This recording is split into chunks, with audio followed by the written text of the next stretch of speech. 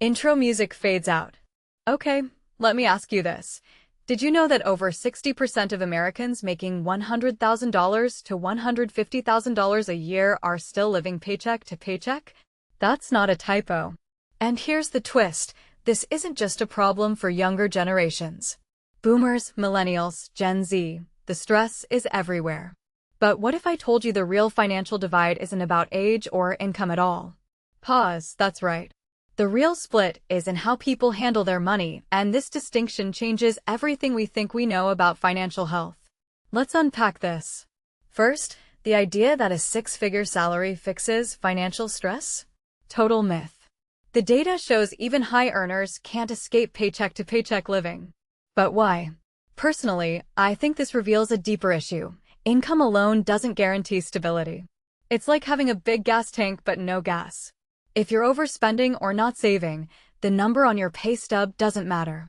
What's fascinating here is how this challenges the stereotype that millennials are the only struggling generation. Turns out, boomers have wildly different financial experiences depending on their habits. That 31-point gap in daily living stress between reactive and balanced boomers? It's a wake-up call. Generational labels are lazy shortcuts. Now, let's talk about the three financial behaviors the study identified: reactive, proactive, and balanced. Reactive folks? They're cutting back constantly, avoiding purchases, and living in survival mode. Proactive people hustle, side gigs, negotiating bills, using installment plans. But balanced consumers? They're the real winners. They spend, save, and plan without sacrificing their quality of life. Here's where it gets juicy. These behaviors create invisible tribes within generations. Two 30-somethings with the same income could have completely opposite financial realities. One's drowning in credit card debt, the other's building wealth. And banks?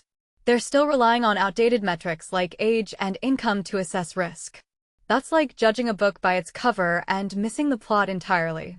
What's the bigger picture here? We're clinging to outdated narratives about money. The 2026 data mirrors trends I've seen exploding in personal finance culture.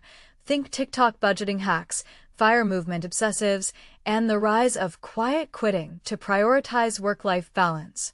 Financial behavior isn't just personal choice, it's shaped by systemic pressures. Take Gen Z's obsession with emergency funds. They're coming of age in a gig economy with no safety net, so their anxiety makes sense. Meanwhile, millennials juggling credit card debt? They're stuck in a rat race of stagnant wages and rising costs. But the proactive folks, those negotiating bills or adding income streams, might be onto something.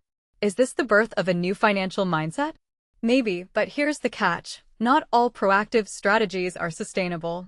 Hustling 24/7 to stay afloat isn't a solution, it's a symptom. Let me leave you with this. If financial health isn't about age or income, what does that say about how we measure success? Maybe the real divide isn't money in your pocket, but mindset. Are you reacting to life's pressures or designing systems to thrive despite them? Drop a comment. What financial behavior tribe do you fall into? And if you're feeling stuck, remember, awareness is the first step to change. Outro music fades in.